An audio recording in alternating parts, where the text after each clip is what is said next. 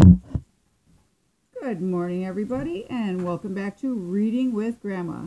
If you're new to my channel, welcome, and please hit the like button, the subscribe button, and the notification bell so you know when I upload another book.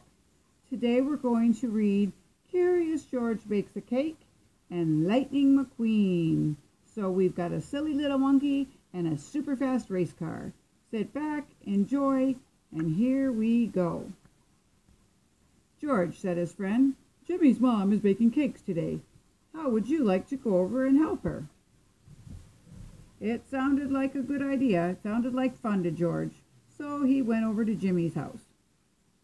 You're just in time to help me, said Jimmy's mom. One cake is in the oven now, and I'm starting another one. On the counter was everything that Jimmy's mom needed for making the cakes. Next to the bowl, a big bowl, was a strange-looking gadget. What was that for? George was curious. Suddenly, Jimmy's mom stopped working. My necklace, she cried. I know I put it on this morning and now it's gone. George, please help me look for it. George looked all over the kitchen. It's not here, said Jimmy's mom. I'm going to look upstairs. Now George was alone. What was in that bowl? George jumped up and looked in. Then he tasted the batter. It needed something more. He added eggs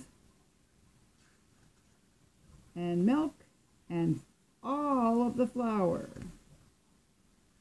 He added some chocolate chips, but he ended up eating most of them.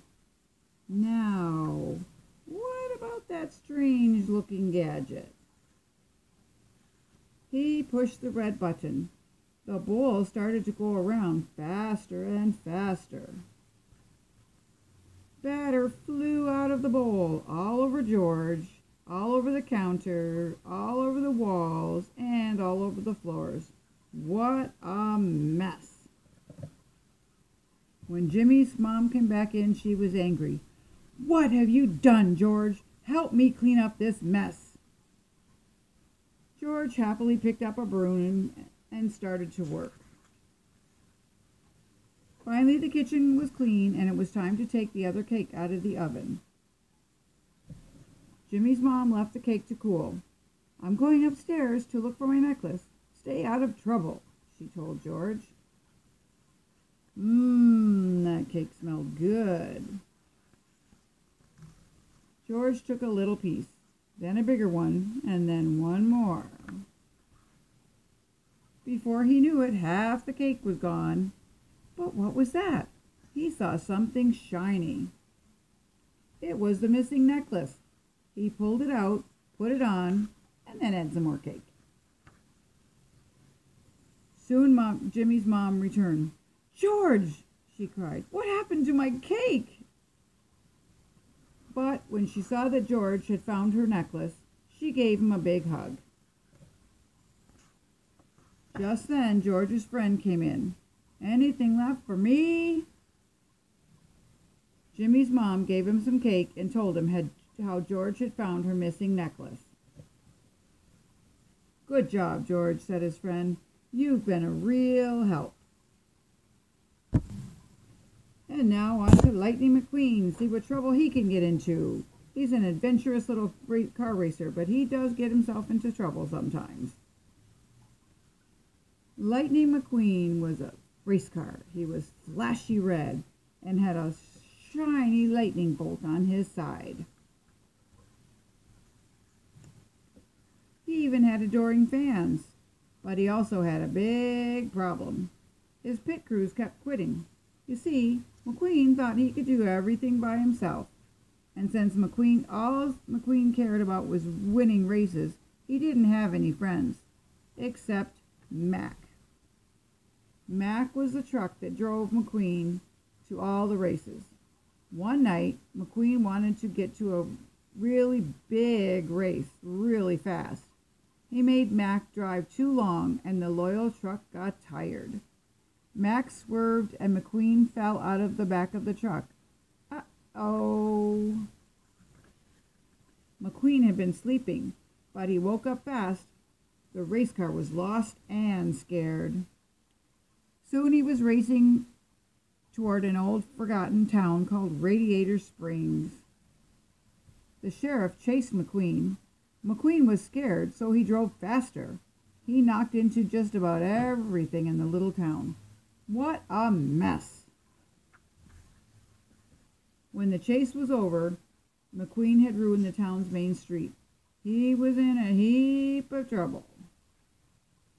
In fact, the sheriff had towed him to jail for all the damage he had done. Only one car in town was friendly to McQueen, a rusty tow truck named Mater. Mater didn't know that McQueen was a famous car. He just wanted to make a new friend.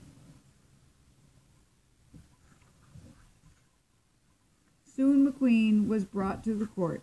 He thought he would be set free because he was a superstar race car. He was right, almost. Doc, the town's judge, told McQueen to leave town and never come back. He didn't like race cars. Then Sally, a blue sports car, arrived. She was a lawyer. McQueen thought Sally was pretty. But Sally just wanted McQueen to fix the mess he had made. The townsfolk agreed. They loved their town. So Sally and Doc made a deal. McQueen could leave after he fixed the road. But McQueen was still in a rush to get to his big race, so he worked too fast and made an even bigger mess of the messy road. A little while later, the town watched as Mater tried to drive on the bumpy new road. But the road was still too bumpy. Doc was angry. He challenged McQueen to a race. "If you win, you go and I fix the road," said Doc. "If I win, you do the road my way." It certainly looked as if McQueen would win the race, but he didn't. He crashed into a cactus patch. Luckily, his new friend, Mater, helped him out. After that, McQueen learned a few things. He learned the townsfolk were proud of their home. He learned why Sally loved Radiator Springs, and he learned that Doc had once been a champion race driver.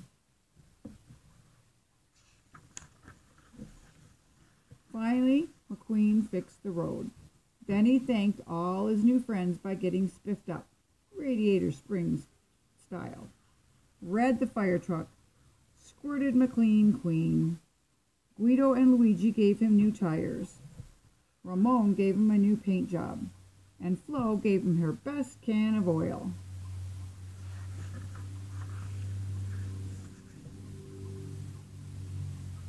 By that night, the townsfolk had fixed their shops and their neon lights. Their old town looked new again.